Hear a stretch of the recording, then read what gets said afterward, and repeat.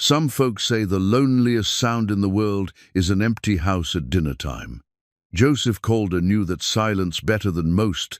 3 years of setting one plate instead of two, 3 years of talking to ghosts. The wealthy rancher had everything a man could want except the one thing money couldn't buy back. That changed the night. A broken woman in a wedding dress knocked on his door with tears in her eyes and nowhere else to go. Eleanor Blake had been left at the altar with nothing but shame and an empty heart. When she asked this stranger if she could spend just one day with him, something in her voice made him say yes. What happened next surprised them both. This is the story of how two wounded souls found healing in the most unexpected place. What could make a proud woman beg a cowboy she'd never met for something as simple as human company? Before we jump back in, tell us where you're tuning in from. And if this story touches you, make sure you're subscribed, because tomorrow I've saved something extra special for you. The sun had barely crested the horizon when Joseph Calder stepped onto his front porch, coffee mug in hand, to survey the empire he'd built from dust and determination. At 58, his hair had gone silver at the temples, and lines mapped the corners of his eyes like trails carved by decades of squinting into prairie wind. The Calder Ranch stretched as far as a man could see in 3 directions, 15,000 acres of prime grazing land, dotted with fat cattle and crossed by streams that never ran dry. He touched the chain around his neck, feeling the familiar weight of Sarah's wedding ring against his chest beneath his work shirt. 3 years, 2 months, and 16 days since consumption had taken her. Not that he was counting. The ring had never left his neck since the day they'd lowered her into the ground beside the old oak tree on the hill behind the house. The house itself stood as a testament to dreams shared and love fulfilled, at least for a time. 2 stories of solid timber and stone, with a wraparound porch that Sarah had insisted upon. "A house needs a place to sit and watch the world," she'd said, her hands sketching the design in the dirt with a stick while he'd laughed at her grand plans. They'd been barely 25 then, him a cowhand with calloused palms and big dreams, her a banker's daughter who'd shocked everyone by choosing love over security. But Joseph had made good on every promise. The ranch house boasted 8 rooms, more than any family needed, with hand-carved banisters Sarah had polished until they gleamed, and windows that caught the morning light just the way she'd wanted. The kitchen held a cast-iron stove that could feed a dozen men, though it rarely cooked for more than one these days. Sarah's vegetable garden still flourished behind the house, tended now by Joseph's weathered hands with the same meticulous care she'd shown. Inside, her presence lingered in every corner. The blue and white china still sat in the cupboard, the parlor furniture arranged exactly as she'd positioned it, her books lined up on the shelves in the order she'd preferred. He'd changed nothing, touched nothing that wasn't absolutely necessary. The ranch hands knew better than to ask about the second-floor rooms that stayed shuttered and dark. Joseph ran the most successful cattle operation in 3 counties. His Black Angus bulls were legendary, his breeding program the envy of ranchers from Colorado to Kansas. He employed 12 men year-round and twice that during roundup season. His business dealings extended to banks in Denver and cattle buyers in Chicago. When Joseph Calder gave his word, it was worth more than most men's written contracts. Yet for all his success, his days had settled into a routine as predictable as sunrise. Morning coffee on the porch, checking the stock reports that came by telegraph, riding fence lines that could stretch for miles. Lunch eaten standing at the kitchen counter, too restless to sit at the big dining table that felt vast and empty, with only one plate. Afternoons spent in his office, managing the paperwork that kept the operation running smooth. Supper taken in silence, always followed by an hour on the porch, watching the sun sink behind the mountains while he smoked his evening pipe. The loneliness had weight to it, like a coat he couldn't take off. It pressed on his shoulders during the long rides across his land, settled in his chest during the quiet evenings when the house creaked and sighed around him. He'd tried attending church socials, accepting dinner invitations from well-meaning neighbors who thought a man his age needed a wife. But every attempt at connection felt like a betrayal of Sarah's memory. every smile forced, every conversation hollow. His ranch hands respected his solitude. Chuck Martinez, his foreman for the past 8 years, handled most of the day-to-day operations without bothering Joseph, unless absolutely necessary. The men knew their jobs and did them well, understanding that their boss preferred action to words, results to conversation. They'd grown accustomed to his quiet ways, his tendency to nod rather than speak, his habit of walking away when talk turned to families and futures. The town of Cedar Ridge lay 12 miles south, a collection of wooden buildings clustered around the railroad depot that brought civilization to the high plains. Joseph owned property there: Tooth Hotel, the general store, and the bank that had once belonged to Sarah's father. He visited twice a month for supplies and business, conducting his affairs with the same brisk efficiency he brought to everything else. People tipped their hats and offered polite greetings, but few attempted more. Joseph Calder was respected, even admired, but he was not a man who invited intimacy. Meanwhile, 300 miles east, Eleanor Blake sat in the back of a hired carriage, her wedding dress wrinkled beyond repair and her heart broken into pieces she wasn't sure could ever be fitted back together. At 43, she'd thought herself past the age of romantic foolishness, but lover, what she'd believed was love, had found her anyway. Eleanor had grown up in modest circumstances, the daughter of a schoolteacher and a clerk who died when she was 20. She'd made her own way in the world, working as a governess for wealthy families, saving every penny she could spare. Her education was better than most women's, her manners impeccable, her reputation spotless. When Thomas Whitmore, son of the town's most prominent banker, had begun paying her attention, she'd dared to believe her careful, solitary life might blossom into something warmer. Thomas was 37, a widower with 2 young children who needed a mother's care. He was handsome, in a soft, prosperous way, with gentle hands that had never known hard labor, and a voice that spoke of books and music and travel to distant places. He courted her properly, bringing flowers and books of poetry, speaking of their future with what seemed like genuine affection. Eleanor had allowed herself to dream. She'd used her savings to purchase fabric for a wedding dress, spending weeks at her sewing machine, creating something beautiful enough for the life she thought awaited her. She'd given notice to the family she'd worked for, packed her few belongings, and prepared to become Mrs. Thomas Whitmore. The wedding was to be a modest affair, held in the church where she'd attended services for 15 years. Eleanor had no family to speak of, but the congregation would serve as witnesses to her new beginning. She'd arrived at the church early, dressed in her carefully crafted gown, her hair arranged with the few pearls her mother had left her. Thomas never came. The humiliation had been complete and public. His best man arrived instead, red-faced and stammering, with a hastily written note explaining that Thomas had reconsidered the wisdom of the match. His father, it seemed, had found a more suitable bride, the daughter of a railroad magnate who could bring business connections and social standing to the family name.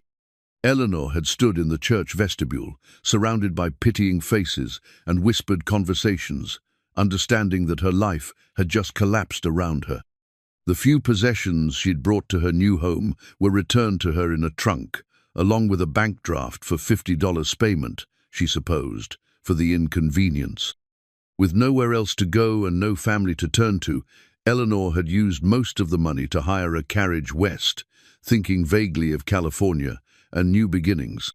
But as the miles passed and her small reserve of cash dwindled, desperation had begun to replace embarrassment. She was a woman alone in a harsh country, with no prospects and no connections. The wedding dress that had once represented hope now felt like a costume for a play that had ended badly.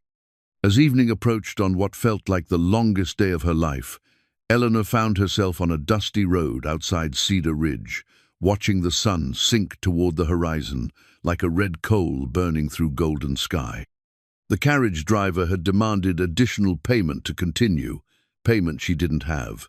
Her choices had narrowed to nearly nothing. That's when she'd seen the ranch house in the distance, its windows glowing warm with lamplight, smoke rising from the chimney into the vast sky. It looked solid and permanent, a place where someone lived with purpose and dignity. Desperation had driven her to ask the driver to leave her at the end of the lane, and pride had carried her the rest of the way on foot.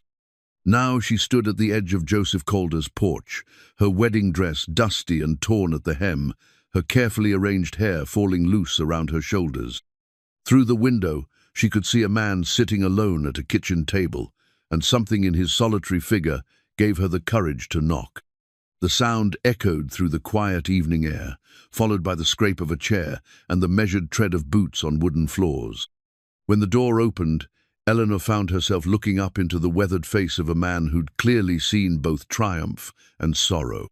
His eyes, grey as winter sky, took in her appearance with the careful assessment of someone accustomed to evaluating livestock and weather patterns. "Evening, ma'am," Joseph said, his voice carrying the careful courtesy of a man who'd been raised to respect women, even unexpected ones who appeared on his doorstep in wedding dresses. "Seems like you might be in some difficulty." Eleanor felt her carefully maintained composure begin to crumble. The kindness in his voice, the simple acknowledgement of her distress, threatened to undo the last of her strength. She straightened her shoulders, summoning what remained of her dignity. "I beg your pardon for disturbing you, sir," she said, her voice steadier than she'd expected. "My name is Eleanor Blake, and I find myself in rather desperate circumstances. I have no family, no place to go, and I'm afraid I've reached the end of my resources. I know it's a terrible imposition to ask this of a stranger, but I wonder if you might allow me to spend just one day with you. I don't have anyone else." The words hung in the evening air between them, heavy with vulnerability and hope. Joseph studied her face, seeing something there that reminded him of injured animals he'd found on his land-proud creatures, brought low by circumstances beyond their control, yet still fighting to maintain their dignity. Something in Sarah's voice seemed to whisper in his memory, reminding him of countless conversations about Christian charity and the responsibility that came with blessing. Sarah had never turned away anyone in need. She'd fed countless travelers, offered shelter to those caught in storms, extended kindness to anyone who'd asked for it. "Well now," Joseph said slowly, stepping back from the door, "I expect you could use a hot meal and a place to rest.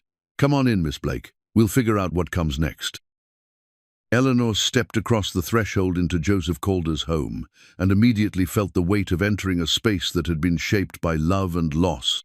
The front hallway opened into a parlor that spoke of feminine touches, lace curtains at the windows, a piano against one wall, photographs in silver frames arranged on a polished side table. Everything was meticulously clean but carried the particular stillness of rooms that had been preserved rather than lived in. "Please sit down," Joseph said, gesturing toward a wing-backed chair near the fireplace. His movements held the careful precision of a man unaccustomed to entertaining, especially not women in distress. "I'll put some coffee on and see about rustling up some supper." Eleanor perched on the edge of the chair, acutely aware of her disheveled state in this pristine room. Her torn wedding dress, once the pride of weeks of careful stitching, now felt like a mockery of her circumstances.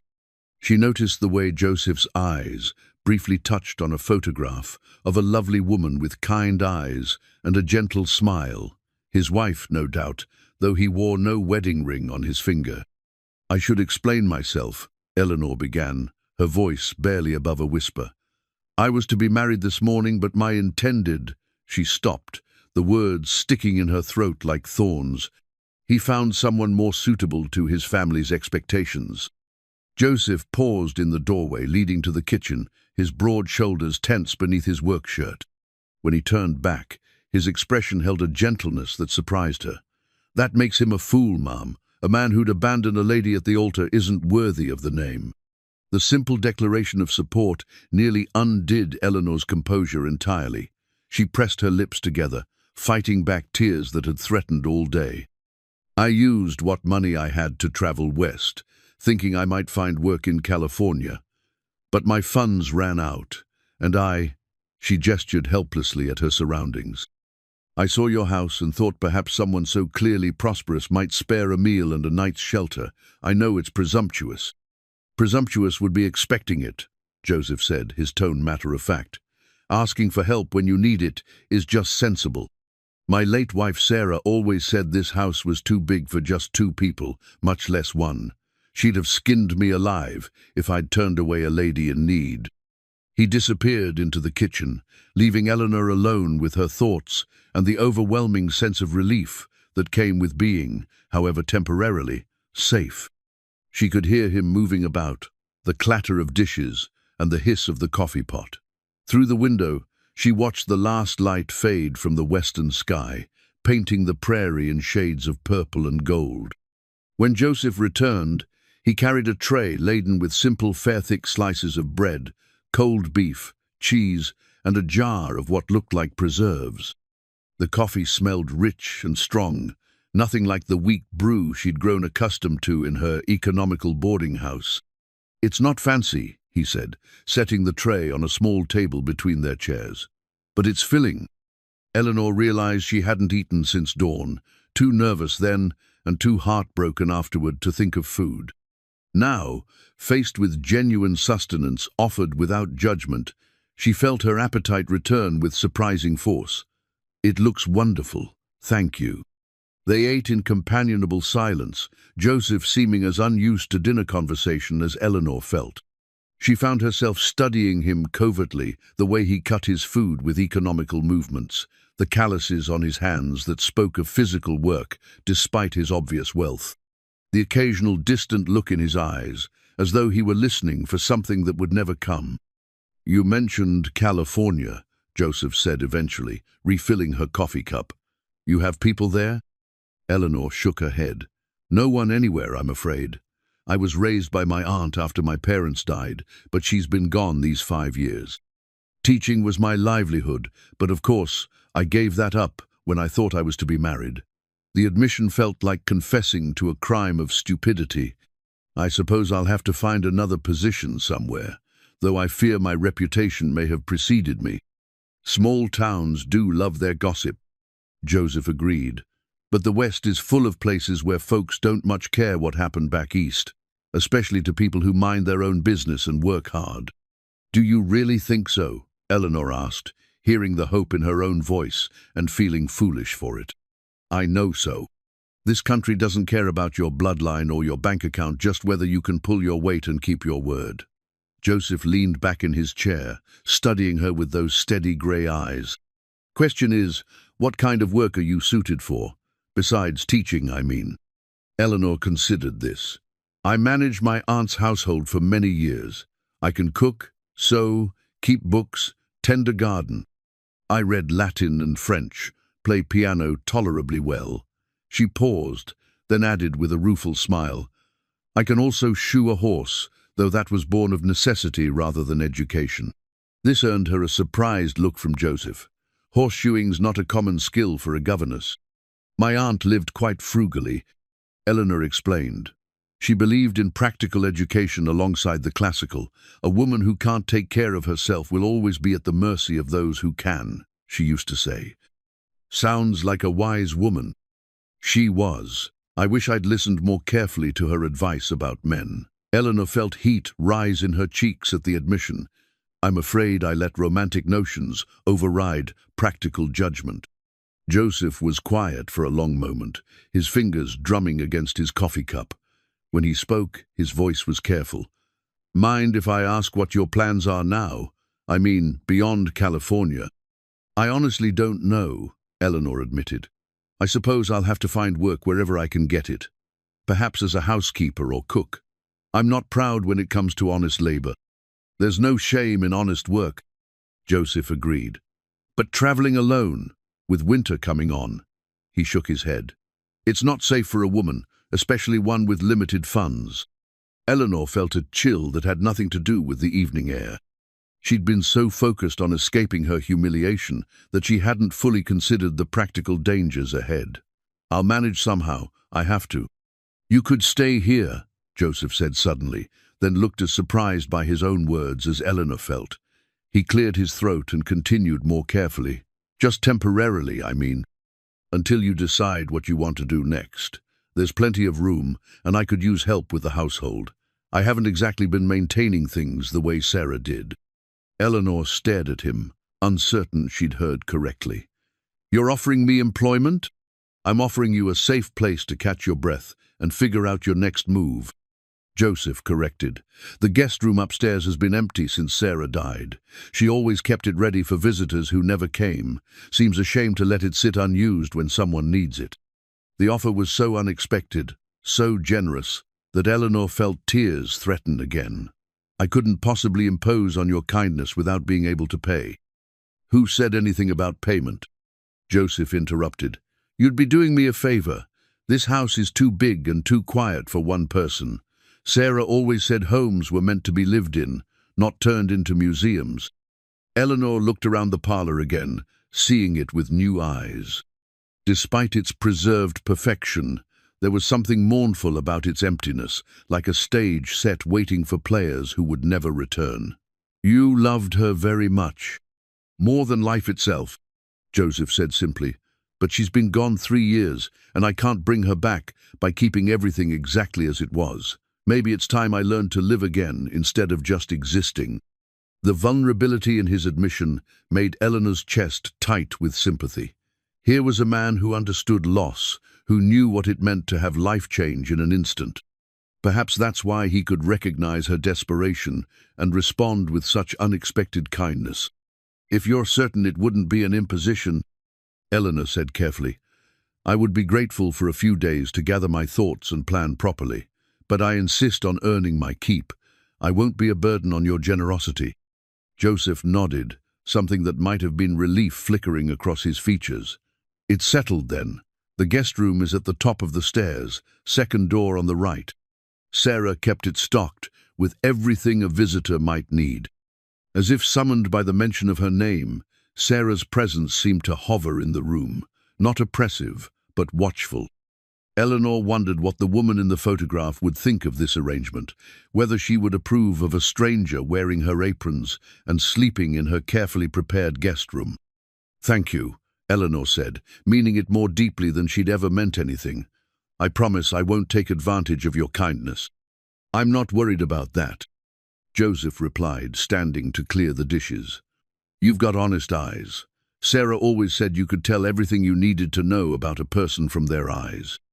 As Eleanor followed him into the kitchen, her torn veil trailing behind her like a banner of defeat transformed into possibility, she felt something she hadn't experienced in years, the sensation of being genuinely welcome somewhere. It was a fragile feeling, tentative as a bird landing on an outstretched hand, but it was real.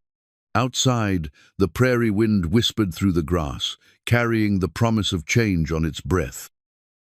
Dawn came slowly to the prairie, painting the sky in soft shades of rose and gold. Eleanor woke in the guest room that Sarah Calder had prepared for visitors who rarely came, surrounded by furnishings that spoke of hope and hospitality. The bed was comfortable, with a hand-stitched quilt that had clearly been made with love, and the morning light filtered through curtains of crisp white cotton that had been carefully maintained despite years of disuse. She dressed quietly in the only other outfit she possessed, a simple blue dress she'd worn for traveling. The wedding gown lay crumpled in the corner like a discarded dream, and Eleanor felt no desire to touch it again. Downstairs, she could hear the quiet sounds of someone moving about, the scrape of a chair, the gentle clatter of dishes. Joseph was standing at the kitchen stove when she appeared, his hair still bearing the marks of sleep, a cup of coffee steaming in his weathered hands. He'd changed from yesterday's work clothes into a clean shirt and trousers, but Eleanor noticed he moved with the careful deliberation of a man unaccustomed to sharing his morning routine. "Morning," he said, nodding toward the coffee pot. "Help yourself. I wasn't sure when you'd be stirring." "I'm an early riser by habit," Eleanor replied, pouring coffee into a china cup that matched the set she'd admired the night before. "I hope I'm not disturbing your routine." "Don't have much of a routine for disturbing," Joseph admitted. "Usually just grab something quick and head out to check the stock. Been doing my own cooking since, well, for a while now." Eleanor sipped her coffee and studied the kitchen with the practiced eye of someone who'd managed households for years.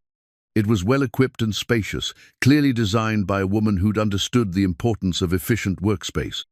But despite Joseph's obvious efforts to keep things clean, there were signs of a man making do rather than truly maintaining a home. Dishes stacked rather than properly stored, provisions that spoke of simple meals taken alone, a general air of functionality without warmth. "Would you mind if I prepared breakfast?" she asked. "It seems the least I can do after your kindness last night." Joseph paused with his coffee halfway to his lips. "You don't need to." "Please," Eleanor interrupted gently. "I'd feel better earning my keep, even in small ways."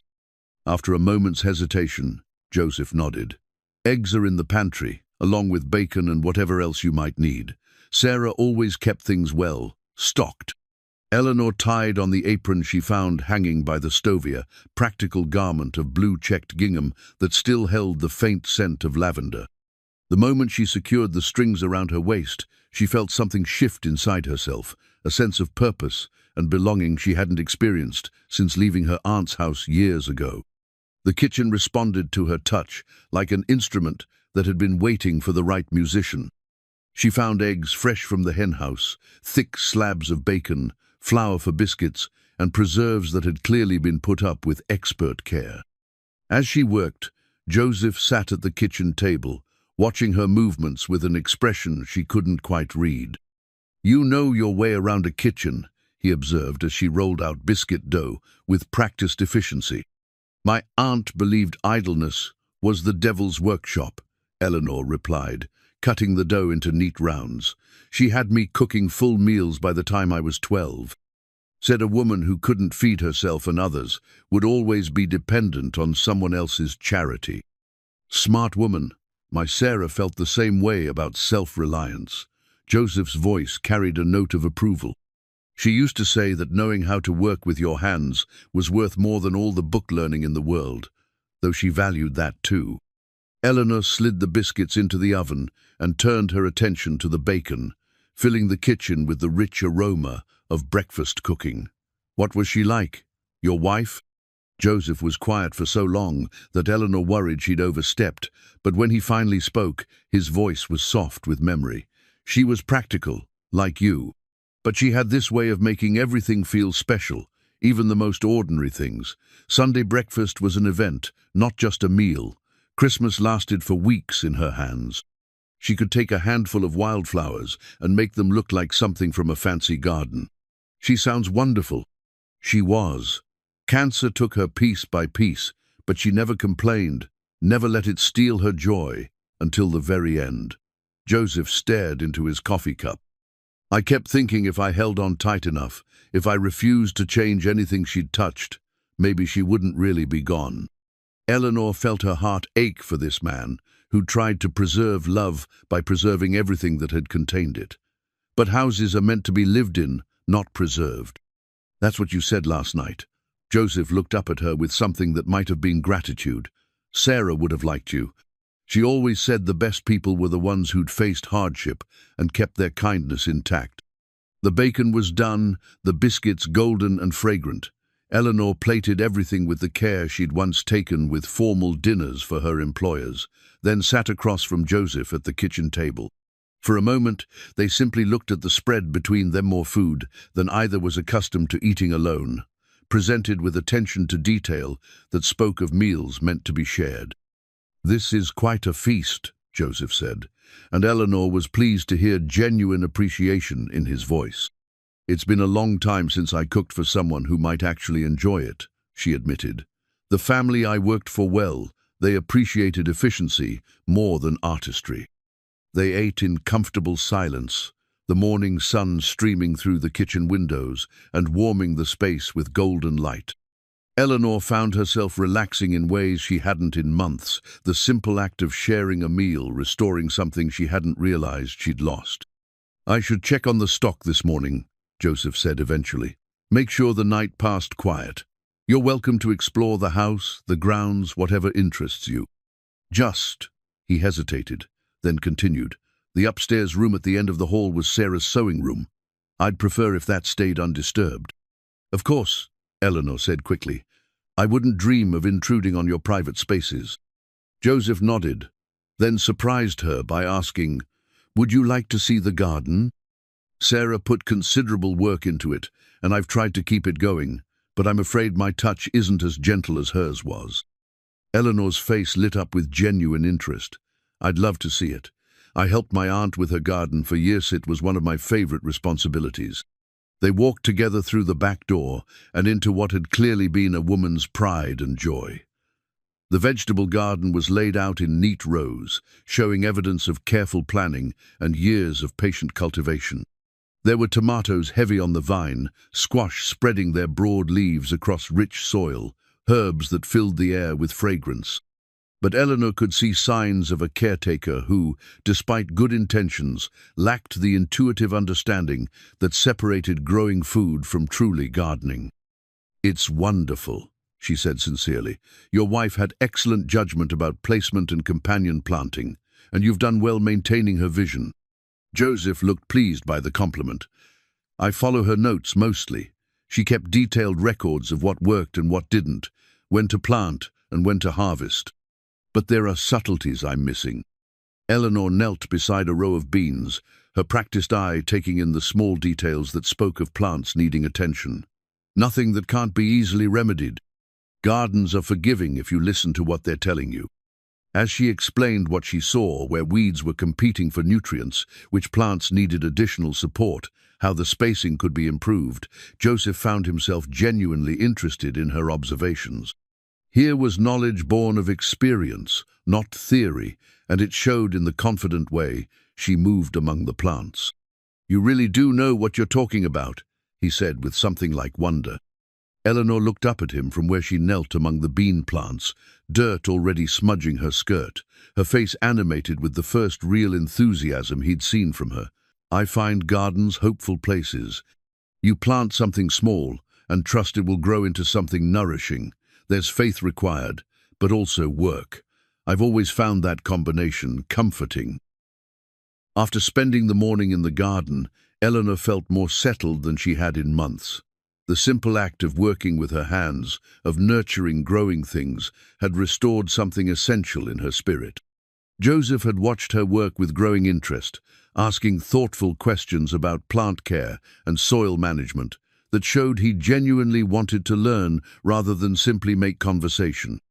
"I should tend to some business in my office," he said as they walked back toward the house, both of them carrying baskets of vegetables Eleanor had deemed ready for harvest. "But I was wondering, would you like to see the workshop after lunch? I've got some projects going that might interest you." Eleanor nodded, touched by his willingness to share more of his world with her. "I'd like that very much." The afternoon found them in Joseph's woodworking shop, a large building behind the main house that smelled of pine shavings and linseed oil. Tools hung in precise arrangement on the walls, and several pieces of furniture in various stages of completion occupied workbenches throughout the space. The craftsmanship was clearly skilled. Eleanor could see it in the smooth curves of chair backs, the perfectly fitted joints of table legs, the careful attention to grain and proportion. "You made all of this?" she asked, running her fingers along the polished surface of a nearly completed dining chair. "Hobby more than anything," Joseph said, but Eleanor could hear the quiet pride in his voice. "Sarah always said I needed something to do with my hands when my mind was working through problems. Wood doesn't argue back or change the terms halfway through a project." Eleanor laughed, the first genuine laughter she'd felt in weeks. "Unlike cattle and ranch hands, I imagine." "Exactly." Joseph moved to a corner where a sheet covered something larger than the other pieces. He hesitated for a moment, then pulled the covering away to reveal a small rocking horse, carved with exquisite detail and painted in soft shades of brown and white. "I made this a few years back. Sarah and Ewood hoped." He stopped, his jaw working as he struggled with the words. Eleanor understood immediately. The toy represented dreams unfulfilled, children who had never come to brighten this carefully built home. Her heart ached for the young couple who had planned for a family that never materialized, for the love that had been meant to expand, but instead had been concentrated between two people who had ultimately lost, even each other. "It's beautiful," she said softly. "Any child would treasure it. I kept thinking maybe someday, but time has a way of making some dreams impossible."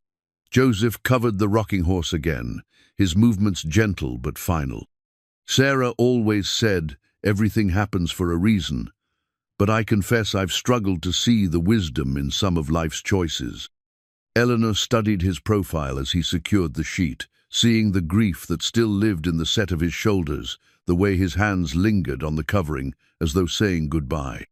My aunt used to tell me that sometimes we're not meant to understand the reasons, just to trust that our suffering isn't meaningless. She said the hardest test of faith was believing that broken hearts could still be useful for something. Your aunt sounds like she was a wise woman. She had to be. She lost her husband in the war, then took in a grieving niece, and somehow found ways to keep believing in goodness. Eleanor moved to examine a half-finished bookshelf, admiring the clean lines and sturdy construction. I think she would have said that the fact you can still create beautiful things means your heart isn't as broken as you think it is. Joseph considered this, his weathered hands absently straightening tools that were already perfectly arranged. Maybe. Sarah always said that as long as a man could still make something with his hands, there was hope for him. She was right. This workshop proves it. Eleanor gestured around the space, taking in the evidence of patience and skill and quiet dedication to craft. Everything here speaks of someone who still believes in creating rather than just maintaining. They spent the rest of the afternoon talking about woodworking and craftsmanship, Eleanor asking intelligent questions about technique, and Joseph finding himself explaining processes he rarely discussed with anyone. She had an intuitive understanding of how things fit together, whether in gardens or furniture, and her genuine interest drew him out in ways that surprised him. "I should probably start thinking about supper," Eleanor said as the light began to slant low through the workshop windows. "Is there anything particular you'd like?" Joseph realized with something like shock that he was reluctant to see the afternoon end. When had he last spent hours in conversation with another person? When had he last felt this comfortable sharing his thoughts and interests with someone? "Whatever you'd like to make would be fine. I'm not particular about food." "That's because you've been eating like a bachelor for 3 years," Eleanor said with gentle teasing. "A good meal is one of life's reliable pleasures. We shouldn't waste the opportunity just because we're cooking for only 2 people. As they walked back to the house, Eleanor found herself studying the buildings and landscape with new eyes. The ranch was clearly prosperous and well managed, but there were signs everywhere of a man living alone, practical choices made without thought for comfort or beauty, efficiency prioritized over warmth. The house itself was beautiful and well maintained, but it felt like a stage set rather than a home being actively lived in.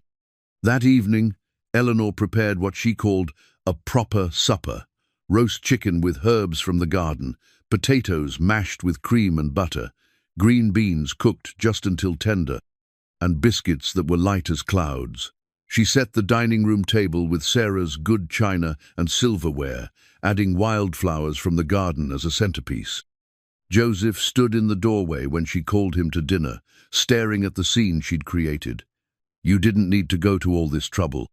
"It wasn't trouble," Eleanor said, meaning it. "It felt good to cook a real meal again, to set a proper table. Food tastes better when it's presented with care." They sat across from each other at the long dining table, and Joseph found himself remembering what it felt like to share the day's events with someone who listened with genuine interest. Eleanor asked about the ranch operations, the challenges of cattle breeding, the business decisions that kept such a large enterprise running smoothly. Her questions were intelligent and showed she understood that ranching required both physical stamina and sharp business sense. "You have a good head for practical matters," Joseph observed as they lingered over coffee. Thomas Whitmore was a fool in more ways than one. Eleanor felt heat rise in her cheeks. "I fear I was the fool, believing promises that were too good to be true." "Maybe you were just hopeful," Joseph said gently. "There's a difference between foolishness and faith, even when the outcome disappoints us." "Is that what you're doing now? Having faith that this arrangement will work out somehow?" Joseph was quiet for a long moment, studying her face in the soft lamplight. "I'm not sure what I'm doing," he admitted, "but I know that this house feels more like a home tonight than it has in 3 years, and I'm grateful for that feeling, even if it's temporary."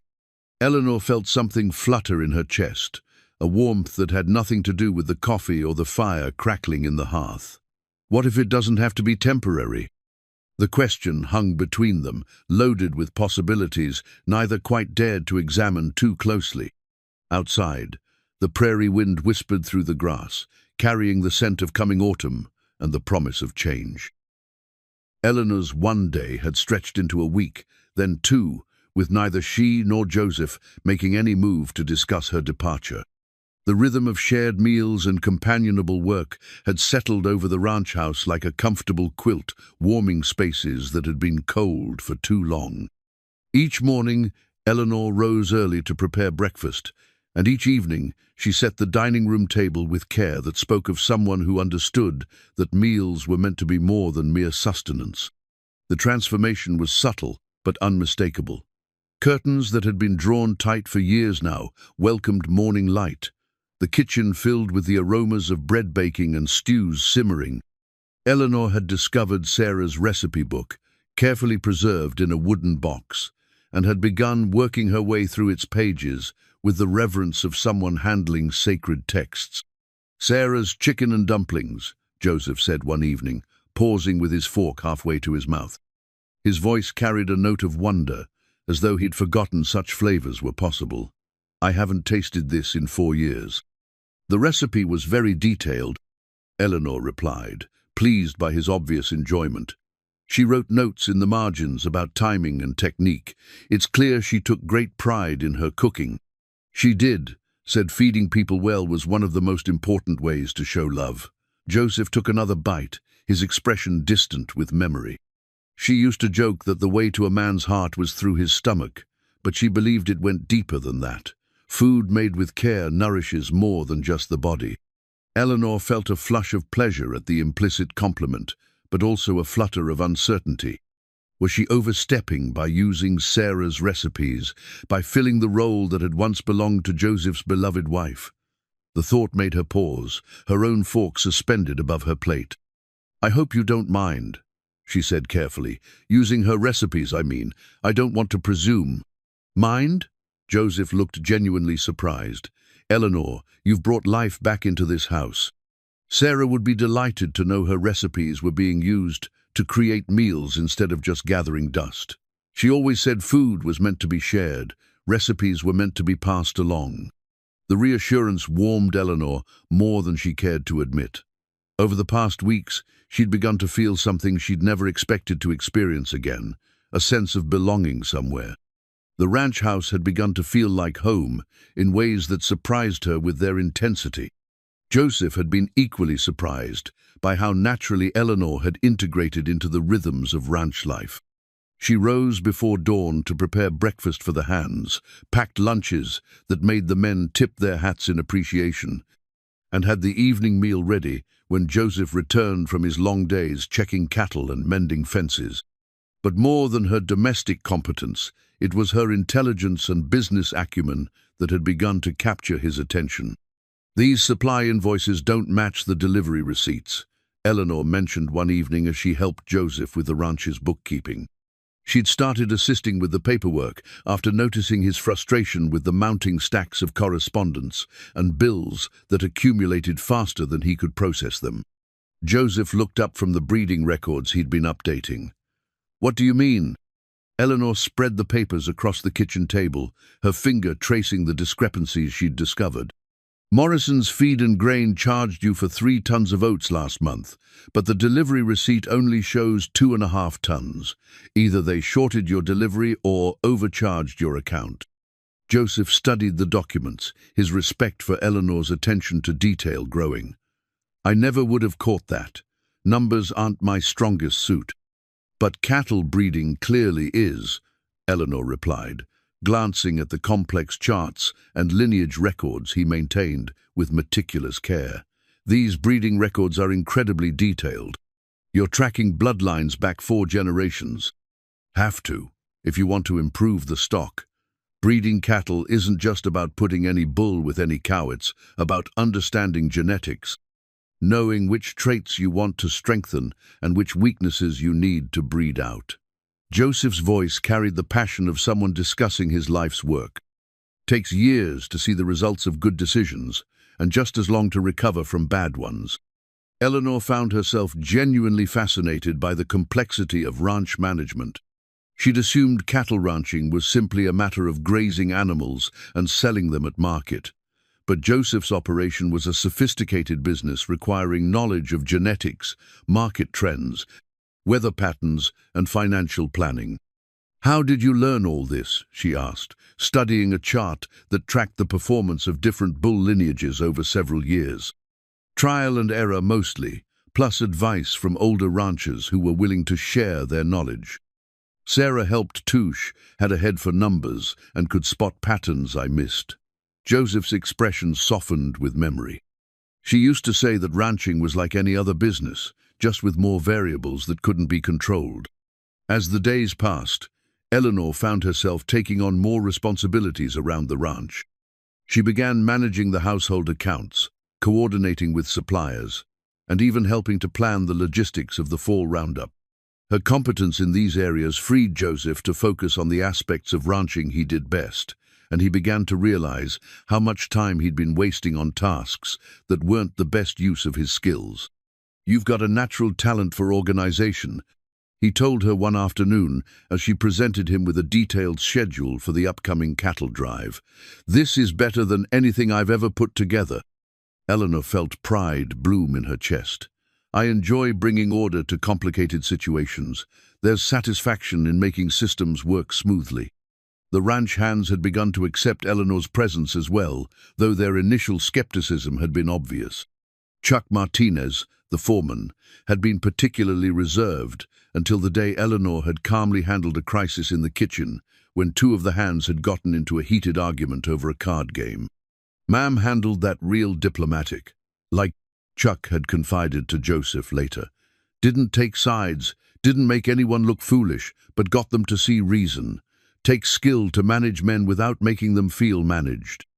Joseph had smiled at the observation, recognizing that Eleanor possessed a rare combination of intelligence, tact, and genuine authority that made people want to cooperate with her rather than resist her guidance. But it was the evenings that had become most precious to both of them. After the day's work was done and supper was finished, they would sit in the parlor or on the front porch, talking about everything and nothing. Eleanor would mend clothes or work on needlework, while Joseph whittled or simply smoked his pipe, and they would share thoughts about books, memories of their different pasts, observations about the changing seasons. These conversations had revealed depths in each other that surprised them both. Eleanor discovered that Joseph was far more educated than his rough exterior suggested, that he read voraciously and thought deeply about the world beyond his ranch. Joseph found that Eleanor possessed not just intelligence but wisdom, a capacity for seeing the human heart clearly and responding with compassion rather than judgment. "I never expected to find such companionship again," Joseph admitted one evening as they sat watching the sunset paint the western sky in brilliant oranges and purples. "Nor did I," Eleanor replied softly. "I thought my chance for that kind of connection had passed me by permanently." Neither quite dared to name what was growing between them, but both felt it a warmth that went beyond gratitude or convenience, a sense of completion that neither had experienced in years. The first test of their quiet contentment came on a Saturday morning when Joseph announced he needed to go into Cedar Ridge for supplies and business at the bank. Eleanor had been to town only once since her arrival, and that brief trip had been enough to make her acutely aware of the speculation her presence at the ranch had generated. "You're welcome to come along," Joseph said as he hitched the wagon. "Might do you good to get off the ranch for a few hours." Eleanor hesitated, remembering the stares and whispered conversations from her previous visit. But she also recognized that hiding at the ranch indefinitely wasn't a practical solution.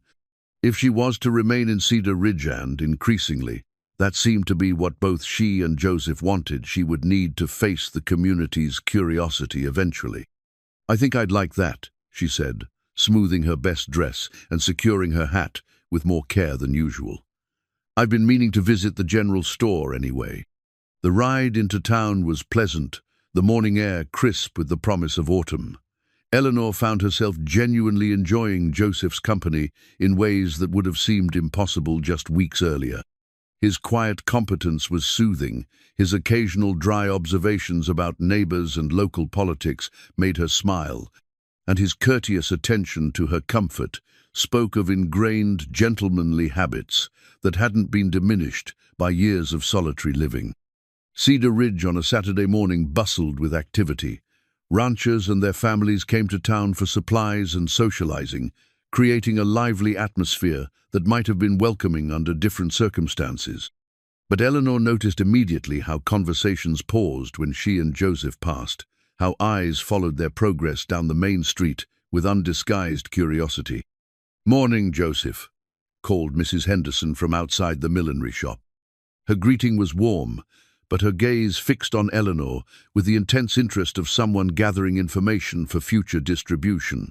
"Morning, Martha," Joseph replied easily. "Fine day for town visiting." "Indeed it is." Mrs. Henderson's smile was polite but calculating. "Miss Blake, isn't it?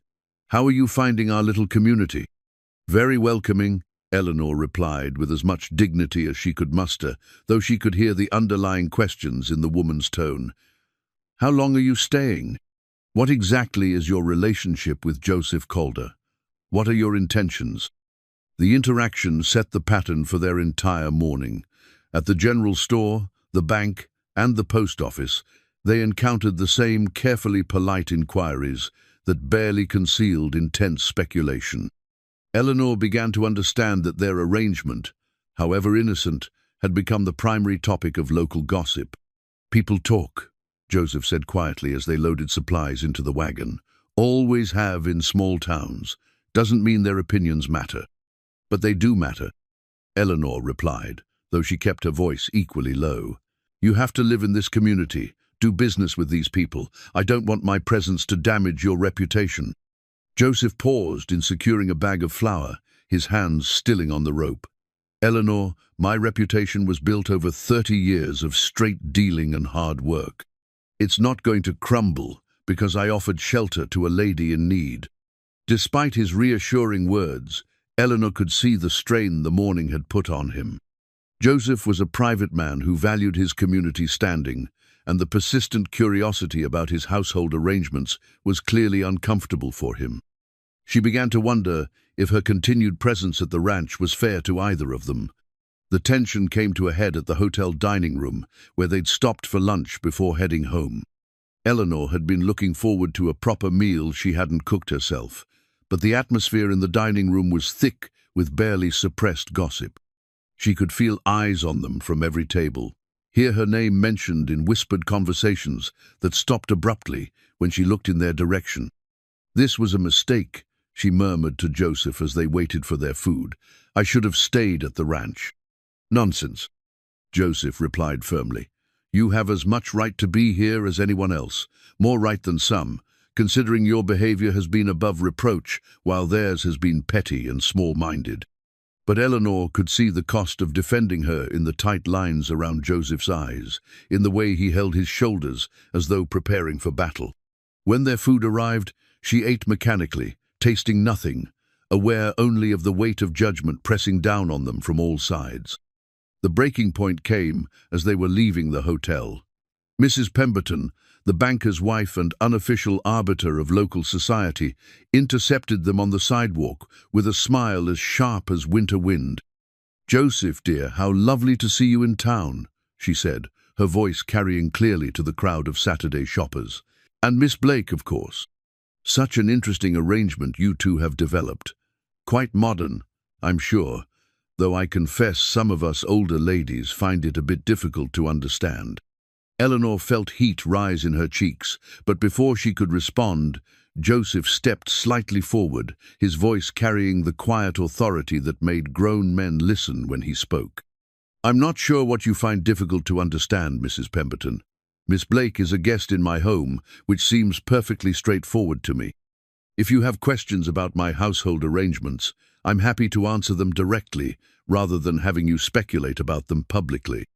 Mrs. Pemberton's smile faltered slightly at Joseph's direct challenge, but she recovered quickly. "Oh, my dear man, I wasn't speculating. I was simply expressing concern for both of your reputations. People do talk, you know, and sometimes appearances can be misleading, even when intentions are perfectly innocent. Then perhaps people should find more worthwhile ways to occupy their time, Joseph replied, his tone cooling noticeably. Good day, Mrs. Pemberton. He offered Eleanor his arm and escorted her to the wagon with the dignity of a man who had nothing to hide or apologize for.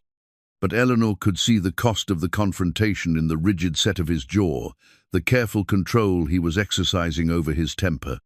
They rode home in silence, the morning's pleasure completely destroyed by the community's intrusive judgment. Eleanor stared at her hands folded in her lap, feeling the weight of her impossible situation. She had found a place where she belonged, a man whose company brought her genuine happiness, but their arrangement was apparently scandalizing the very community where they both needed to live. I should leave, she said quietly as the ranch house came into view. This isn't fair to you. Joseph pulled the wagon to a stop in front of the house and turned to face her fully. Eleanor Blake, you listen to me. I've lived in this community for 30 years, and I've never let busybodies dictate how I run my life or my household. I'm not about to start now. But your reputation. My reputation will survive gossip better than my conscience would survive sending you away because of other people's small minds. Joseph's voice was firm, but Eleanor could hear the underlying emotion. You've brought life back into this house, purpose back into my days. I'm not willing to sacrifice that to appease people who should mind their own business. Eleanor felt tears threaten at his loyalty, but also a deep sadness at the position they found themselves in. What kind of future can we have if the whole community disapproves of our arrangement? Joseph was quiet for a long moment, his weathered hands resting on the wagon reins. When he finally spoke, his voice was thoughtful. Maybe the question isn't what kind of future other people will approve of, but what kind of future would make us happy. Sometimes the right path isn't the conventional one. That evening, as they sat on the front porch watching the sunset, Eleanor found herself thinking about Joseph's words. She had spent most of her life trying to meet other people's expectations, to fit into roles that society deemed appropriate for a woman in her circumstances. But where had that caution led her? To a near marriage with a man who abandoned her when social pressure dictated a different choice. What if we didn't care what they thought? She asked suddenly. Joseph looked at her with interest. What do you mean? What if we decided that our happiness mattered more than their approval? What if we chose to build the life we want instead of the life they expect? Joseph was quiet for a long moment, considering her words. That would be a brave choice, Eleanor. Are you prepared for the consequences of that kind of independence? Eleanor thought about the woman she'd been careful, conventional, always seeking approval from others. Then she thought about the woman she'd become in the weeks at the ranch, confident, capable, valued for her intelligence and character rather than her compliance with expectations. I think I might be, she said softly. For the first time in my life, I think I might be ready to choose happiness over safety. The rider arrived on a Tuesday morning in early October, when the prairie grass had turned golden and the air carried the crisp promise of winter. Eleanor was in the kitchen preparing preserves from the last of the summer fruit when she heard hoofbeats approaching at a pace that suggested urgency rather than casual visiting. Through the window, she watched a young man dismount from a lathered horse, dust coating his clothes and exhaustion evident in every line of his posture. He carried a leather satchel with the official markings of a courier service, and Eleanor felt her stomach tighten with inexplicable dread. Joseph emerged from the barn where he'd been checking on a mare due to foal, his expression shifting from curiosity to concern as he took in the courier's appearance. Eleanor moved to the front door, wiping her hands on her apron, drawn by an instinct that whatever news this man carried would change everything. "Mr. Calder?" the courier asked, consulting papers from his satchel. "I've got legal documents here requiring immediate attention. Been riding hard from Kansas City to catch up with you folks." "Legal documents?" Joseph's voice carried a note of wariness. "What kind of legal documents?" "Papers for Miss Eleanor Blake, actually. I was told she might be staying here." The courier's eyes found Eleanor standing in the doorway. You, Miss Blake? Eleanor felt the blood drain from her face, but she nodded. I am. Got a court summons here, and some other papers that require your immediate attention. The courier approached the porch, his expression professionally neutral but not unkind. I'm sorry to be the bearer of what might be difficult news, ma'am. With trembling hands, Eleanor accepted the thick envelope bearing official seals and legal markings. Joseph moved to stand beside her, his presence steadying but unable to shield her from whatever blow was about to fall. She broke the seal with careful deliberation, though part of her wanted to tear the papers to pieces without reading them. The first document was indeed a court summons, requiring her to appear in Kansas City within 30 days to answer charges related to breach of matrimonial contract and willful destruction of property. Eleanor's hands shook as she read the legal language that painted her as a vindictive woman who had deliberately caused financial harm to her former fiancé and his family. But it was the second document that made her sink onto the porch steps, her legs no longer able to support her. It was a foreclosure notice for her aunt's small property, the only thing of value Eleanor had inherited, a modest house and 3 acres that she'd been renting to a tenant family. The notice stated that due to her breach of contract with Thomas Whitmore, he was exercising his legal right to seize the property as compensation for damages incurred through willful abandonment of matrimonial obligations. I don't understand, Eleanor whispered, reading the papers again as though they might change meaning with repetition. How can he take my aunt's property? It has nothing to do with our engagement. Joseph took the papers from her nerveless fingers, his face darkening as he read. This is legal theft, he said grimly. He's using some clause about guarantees and securities to claim your property as forfeit. The courier shifted uncomfortably. Ma'am, there's one more thing. Mr. Whitmore wanted me to tell you that if you contest these proceedings, he'll make sure the details of your current living arrangements, become part of the public record. Said he thought you might prefer to settle this quietly. The threat hit Eleanor like a physical blow. Thomas wasn't just stealing her property, he was threatening to destroy her reputation and, by extension, Joseph's standing in the community. The implications were clear.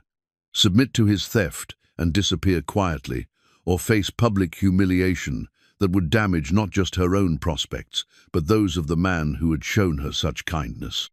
Joseph's voice was deadly quiet when he spoke. You can tell Mr. Whitmore that threats don't carry much weight in this part of the country. And you can tell him that Miss Blake has friends here who don't take kindly to men who prey on women. The courier held up his hands in a gesture of neutrality. I'm just delivering papers, sir. I don't have any part in the disputes they represent. After the courier had ridden away, Eleanor sat on the porch steps staring at the legal documents that had just destroyed what little security she'd managed to build for herself. The property in Kansas was modest, but it represented her only source of independent income, her only insurance against complete destitution. Without it, she was entirely dependent on others' charioteer position she'd sworn never to find herself in again. There has to be a way to fight this, Joseph said, pacing the porch with controlled fury. No man should be able to steal a woman's inheritance because she had the good sense not to marry him. The law sees it differently, Eleanor replied, her voice hollow with defeat. Women have few property rights once they've entered into matrimonial contracts, even broken ones, apparently. Joseph stopped pacing and knelt beside her on the steps. Eleanor, look at me. When she raised her eyes to his, he continued with quiet intensity. We'll find a way to fight this. I've got lawyers in Denver, connections in Kansas City. Money can buy good legal representation. I can't ask you to spend your money fighting my battles, Eleanor protested. You've already done more than anyone could expect. You're not asking, I'm offering. Joseph's voice was firm. Besides, this isn't just about money or property anymore. It's about right and wrong, and I won't stand by while that bastard destroys a good woman's life out of spite. Eleanor felt tears threaten at his loyalty, but also a crushing sense of the impossible position they now found themselves in. Even if we could fight the legal proceedings, there's still the matter of his threats. If this becomes public, our arrangement here becomes part of a court case, it will ruin us both." Joseph was quiet for a long moment, studying her face with an expression she couldn't quite read. When he finally spoke, his voice was thoughtful. "Maybe there's another way to handle this." "What do you mean?" "What if his threats had no power? What if our arrangement was perfectly respectable and legal?" Joseph paused, then continued carefully. "What if you weren't just a guest in my house, but my wife?" Eleanor stared at him, certain she'd misheard. "Joseph, what are you saying?" "I'm saying maybe we should get married, for practical reasons initially, but—" He stopped, running his hands through his hair in a gesture of nervous uncertainty. "Eleanor, I know it's not romantic, and I know it's not the proposal you dreamed of as a girl, but you need legal protection, and his voice dropped to barely above a whisper. "I don't want to lose you." The proposal hung between them like a bridge. Neither was quite ready to cross. Eleanor felt her heart racing, torn between hope and fear, between the practical wisdom of his suggestion and the terror of risking her heart again. "A marriage of convenience?" she asked carefully. "To start with, yes. Legal protection for you, companionship for both of us." But Eleanor, Joseph reached for her hands, his touch gentle but sure. "These past weeks have been the happiest I've known since Sarah died. Not because you've replaced her, but because you've reminded me that it's possible to care for someone again, to look forward to tomorrow instead of just enduring it." Eleanor felt tears spill over at his honesty. "I care for you too, Joseph. More than I thought possible. But marriage—" "Think about it practically," Joseph said, his voice gaining strength as he worked through the implications. "As my wife, you'd have legal standing that no ex-fiancé could threaten. Your property would be protected under my name, and Thomas Whitmore's threats would be meaningless. There's nothing scandalous about a woman living with her husband." The logic was sound, but Eleanor found herself thinking beyond practicalities to the emotional reality of such an arrangement. Could she enter a marriage based on mutual need and affection without the passionate love she'd once dreamed of? Could Joseph? "What about Sarah?" she asked softly. "What about the love you shared with her?" Joseph's expression softened. "Sarah will always be part of me, but she's gone, Eleanor, and I'm still here. I think—" He paused, choosing his words carefully. "I think Sarah would want me to live fully, not just exist in the shadow of what we had. And I think she'd approve of you, of the woman you are, and the life we could build together." Eleanor looked at the legal papers scattered around them, then at the man who was offering her not just protection but partnership, not just security but the possibility of genuine happiness. The practical part of her mind recognized the wisdom of his proposal. The cautious part warned her about the risks of trusting her heart again. But the part of her that had learned to value her own happiness over others' expectations whispered that this might be the chance she'd never expected to receive.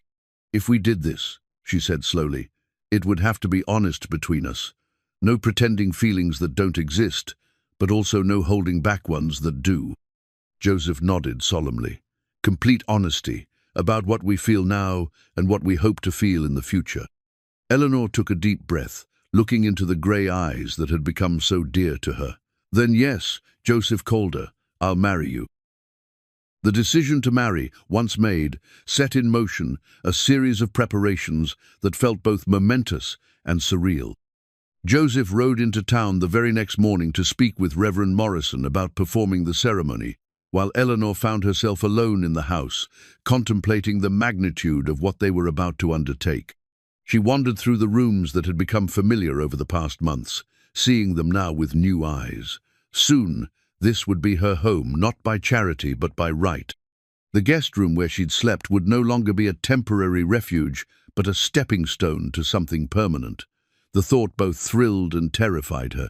When Joseph returned from town, his expression was thoughtful but determined. "Reverend Morrison will perform the ceremony this Saturday. He asked if we wanted to wait longer, have banns published, but I explained the circumstances." Joseph's mouth quirked in what might have been amusement. He seemed to think our desire for a quick wedding was perfectly understandable, given how long we've been, as he put it, keeping company. Eleanor felt heat rise in her cheeks. The whole town really has been talking about us. Let them talk.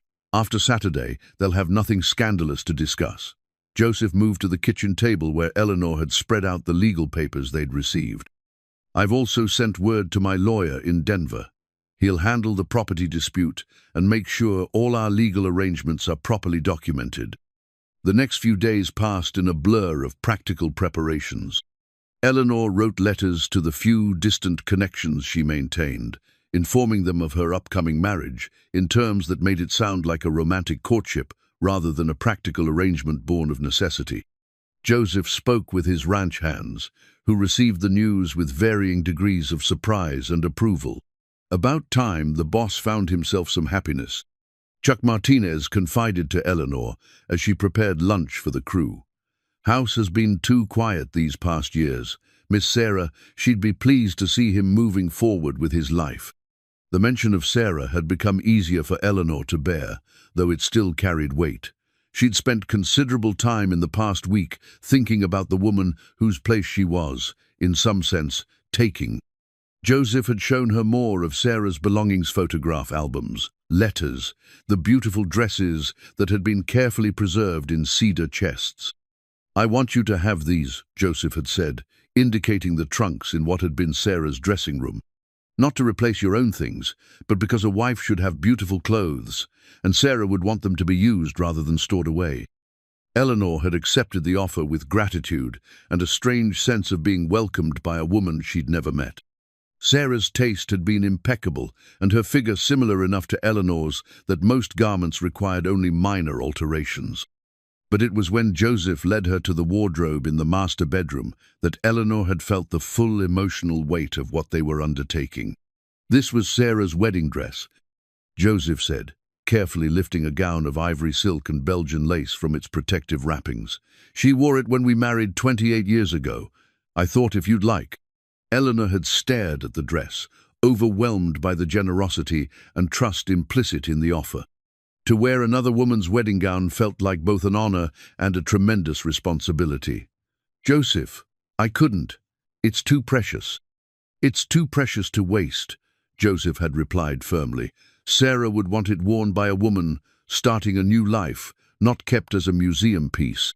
Besides, he'd added with gentle humor, practical considerations matter. We don't have time to have a new dress made, and the dressmaker in town isn't skilled enough to create something worthy of the occasion. So Eleanor had found herself, 3 days before the wedding, standing in Sarah's dressing room while the town's seamstress made final alterations to a dress that had witnessed one love story and would now begin another. The gown fit as though it had been made for her, the ivory silk complementing her complexion, and the intricate lacework, speaking of craftsmanship from an earlier, more elegant era. You look beautiful, dear, Mrs. Chen, the seamstress, said as she adjusted the final details. That dress was made for happiness, and it shows. Eleanor studied herself in the full-length mirror that had once reflected Sarah's preparation for her own wedding day. The woman looking back at her was transformed, no longer the desperate figure in a torn wedding dress who had knocked on Joseph's door, but someone who had found dignity and purpose and the possibility of love. The most challenging aspect of the wedding preparations had been deciding how much of the truth to share with the community. Joseph had been adamant that their marriage should be seen as a natural progression of their courtship rather than a desperate response to legal threats. He'd crafted a story that emphasized their mutual affection and compatibility while glossing over the more complicated circumstances of Eleanor's arrival. Let people think we fell in love, he'd said pragmatically. It's not entirely untrue, and it's nobody's business what other factors influenced our timing. Eleanor had agreed to the fiction, understanding the wisdom of protecting their privacy while giving the community a narrative they could accept and approve of.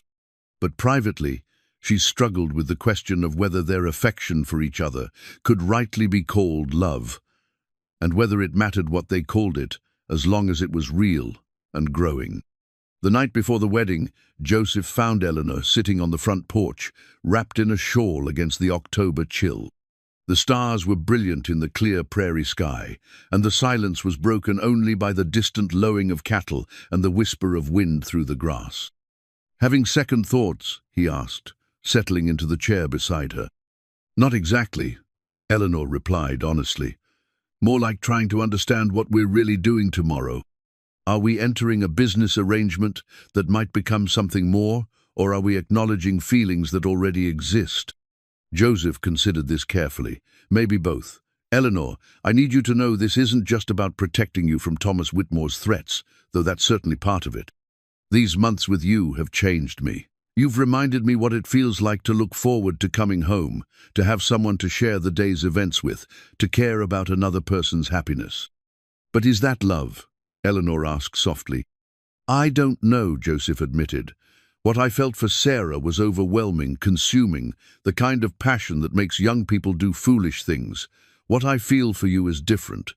Quieter but deeper, more rooted in who we actually are, rather than who we imagine each other to be." Eleanor felt a warmth spread through her chest at his honesty. "I've been thinking about that too.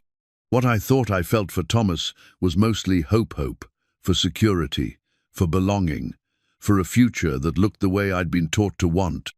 But what I feel for you," she paused, searching for the right words, "it's based on knowing you, on seeing how you treat people, on the way you've made me feel valued for who I am rather than what I can provide." "Is that enough to build a marriage on?" Joseph asked. Eleanor reached for his hand, feeling the calluses and strength that spoke of a life spent in honest work. "I think it might be a better foundation than passion alone. We're not children, Joseph. We know that love can grow between people who respect and care for each other, who want the same things from life." They sat in comfortable silence for a while, both contemplating the step they would take the next morning. Finally, Joseph spoke again, his voice carrying a note of vulnerability Eleanor had rarely heard. "I want you to know that I'll try to be a good husband to you, Eleanor. I can't promise the kind of grand romance you might have dreamed of as a girl, but I can promise respect, protection, and genuine affection. I can promise that I'll work every day to make you glad you took this chance on us." Eleanor felt tears threaten at the simple sincerity of his words. "And I promise to be a true partner to you, Joseph. To share your burdens as well as your successes, to make this house a real home again, to honor both our future and the memory of what you shared with Sarah." As they said goodnight and went to their separate rooms for the last time, Eleanor felt a sense of rightness settle over her like a blessing. Tomorrow would bring changes she couldn't fully predict, but for the first time in years, she was choosing her own path, based on her own judgment rather than others' expectations. In his own room, Joseph sat on the edge of the bed he'd shared with Sarah, his hands clasped as he stared at the photograph on the nightstand. "I hope you understand," he whispered to the image of his late wife. "I hope you know I'll never forget what we had, but I need to live again, not just remember." The wind outside seemed to whisper through the eaves in what might have been approval, and Joseph felt a peace he hadn't experienced since the day he'd buried his first love settle into his heart, alongside the growing affection he felt for the woman who would become his wife tomorrow. Saturday dawned clear and crisp, with golden autumn light streaming through the windows of the ranch house. Eleanor woke early, her heart racing with a mixture of anticipation and nervousness that felt both familiar and entirely new. Unlike her previous wedding day, which had been filled with anxious hope and desperate dreams, today carried a sense of rightness that steadied her hands as she prepared for the ceremony. Mrs. Chen arrived shortly after breakfast to help Eleanor dress, bringing with her a bouquet of late-season wildflowers and prairie roses that Joseph had apparently commissioned. The older woman's face glowed with genuine pleasure as she helped Eleanor into Sarah's wedding dress, now perfectly fitted and freshly pressed. "Mr. Calder chose well," Mrs. Chen said as she arranged the delicate veil. "Not just the flowers, but the bride. That man has been alone too long, and you've brought light back to his eyes." Eleanor studied her reflection in the mirror, hardly recognizing the confident woman looking back at her, The ivory silk transformed her from a refugee seeking shelter into a bride, choosing her future, and the simple gold band that had belonged to Joseph's grandmother, the ring that would soon join her life to his, waited on the dressing table like a promise of belonging. Downstairs, she could hear the voices of early arrivals. Joseph had invited the ranch hands and a few close neighbors, keeping the guest list deliberately small but ensuring that their marriage would be properly witnessed. The parlor had been arranged for the ceremony, with chairs borrowed from the church and wild flowers from the garden, creating a simple but elegant setting. When Eleanor descended the stairs, the murmur of conversation quieted as the assembled guests caught sight of her. But it was Joseph's reaction that mattered most to her. He stood at the front of the parlor in his best suit, his silver hair combed smooth and his weathered hands clasped behind his back. When he saw her, his grey eyes widened slightly, and the smile that spread across his face was one of genuine admiration and pleasure. "You look beautiful," he said softly as she joined him before Reverend Morrison. The simple words carried more weight than elaborate compliments because Eleanor knew he meant them. Reverend Morrison, a kind man in his 60s who had known Joseph for decades, smiled warmly at them both. "Dearly beloved, we are gathered here today to witness the union of Joseph Calder and Eleanor Blake in holy matrimony." As the familiar words of the marriage service began, Eleanor felt a sense of peace settle over her.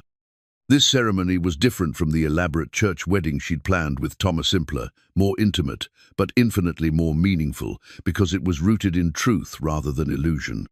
"Joseph," Reverend Morrison said, "do you take Eleanor to be your lawfully wedded wife, to have and to hold, in sickness and in health, for richer or poorer, for better or worse, until death do you part?"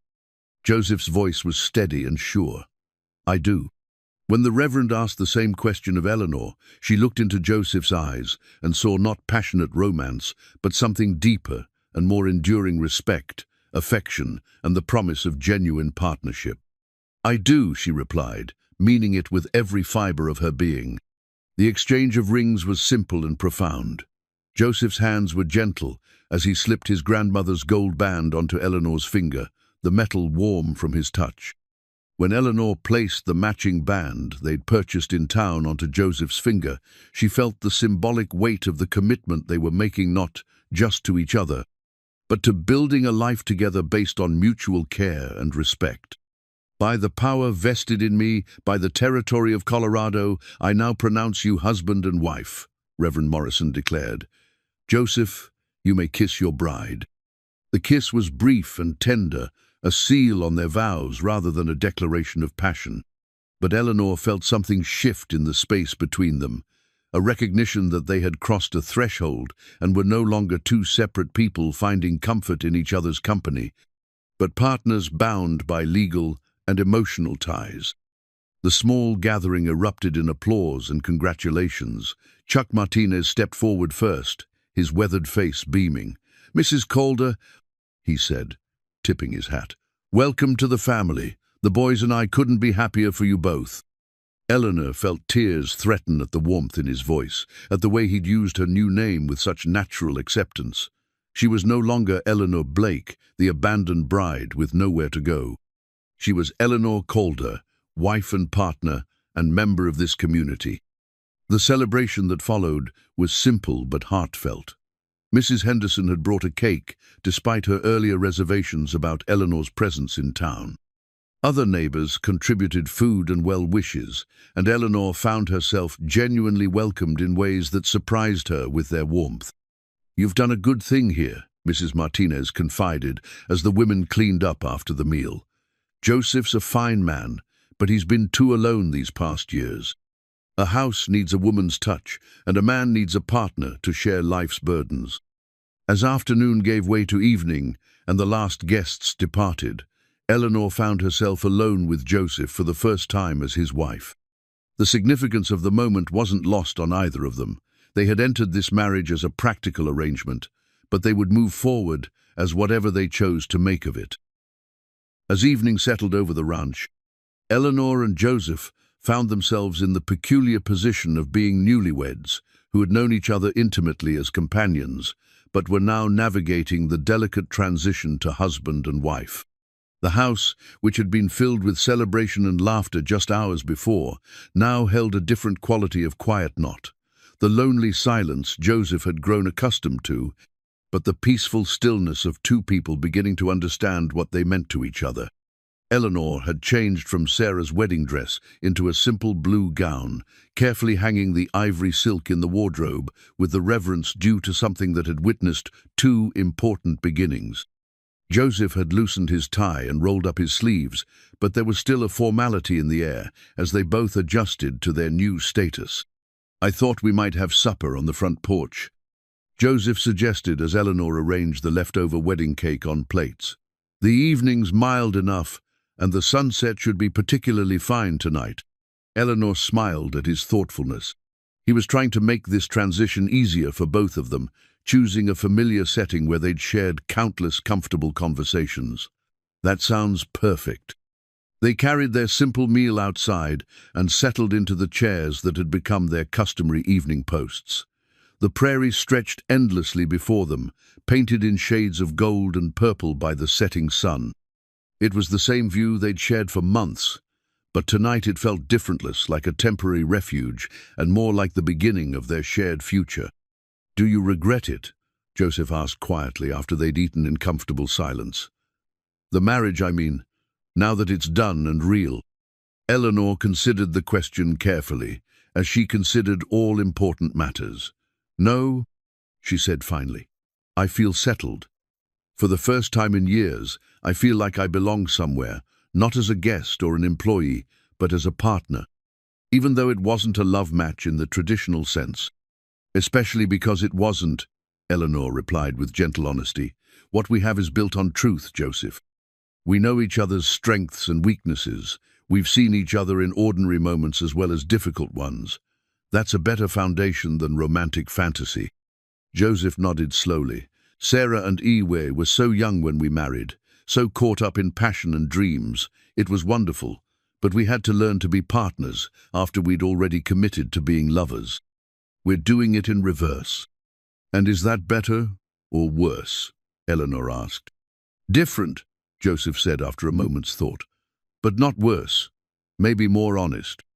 As the stars began to appear in the darkening sky, they spoke of practical matter show to handle the legal response to Thomas Whitmore's threats, plans for the ranch's winter preparations, the adjustments they'd need to make as a married couple. But underneath the practical conversation lay an undercurrent of deeper recognition. They were no longer two lonely people who had found comfort in each other's company. They were husband and wife, partners bound by legal and moral obligations, but also by growing affection and genuine care. "Eleanor," Joseph said as they prepared to go inside, "I want you to know that I don't expect, that is, our sleeping arrangements can remain as they are for now. I don't want you to feel pressured to—" "Joseph," Eleanor interrupted gently, touched by his consideration but also amused by his awkwardness. "We're both adults who entered this marriage with clear heads and honest intentions. Whatever develops between us will develop naturally, without pressure or pretense." Joseph felt relief wash over him at her directness. "You have a gift for cutting through complications and getting to the heart of matters. My aunt always said that most problems became smaller when you looked at them honestly instead of dancing around them." Eleanor stood and gathered their dishes. "We're married now for practical reasons that might become emotional ones. That's not complicated, it's just life." Inside the house, they moved through the evening routines that had become familiar, but with new awareness of their changed status. Eleanor noticed that Joseph waited for her to precede him up the stairs, a small courtesy that acknowledged her new position as mistress of the house. Joseph observed the way Eleanor moved through the rooms with proprietorial care, adjusting details and checking that everything was secure for the night. At the top of the stairs, they paused outside their respective bedroom doors. The moment felt charged with possibility, but also respect for the boundaries they'd established. "Good night, Mrs. Calder," Joseph said softly, the name carrying warmth and a hint of wonder. "Good night, husband," Eleanor replied, the word feeling both foreign and right on her tongue. As they retreated to their separate rooms, both felt the weight and promise of what they'd undertaken. They had married for protection and companionship, but in the space of a single day, they'd become something more a family of two, bound by choice and commitment rather than passion, but bound nonetheless. Eleanor lay in the guest room that was now truly hers, listening to the familiar sounds of the house, settling for the night. But tonight, those sounds included the quiet movements of another person, someone who belonged there as much as she did, someone who had chosen to build a life with her based on respect and growing affection. For the first time since her aunt's death, Eleanor fell asleep feeling completely safe and genuinely at home. 6 months later, Eleanor stood on the front porch of what was now unquestionably her home, watching the sunrise paint the prairie in shades of rose and gold. Spring had come early to Colorado, bringing with it the promise of new growth and the satisfaction of having weathered her first winter as Mrs. Joseph Calder. The legal battle with Thomas Whitmore had been resolved in their favor, though not without cost. Joseph's lawyer in Denver had proven that the seizure of Eleanor's property was legally questionable at best, and the threat of a public lawsuit that would expose Thomas's vindictive behavior had been enough to force a settlement. Eleanor had regained her inheritance, though she decided to sell the Kansas property and invest the proceeds in expanding the ranch operations. "Morning, wife," Joseph said, stepping onto the porch with 2 cups of coffee, a ritual that had become sacred to them both. "Morning, husband," Eleanor replied, accepting her cup with a smile that had become automatic whenever she saw him.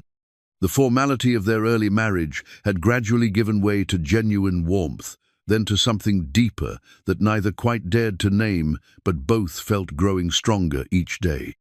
The changes in their relationship had been subtle but profound.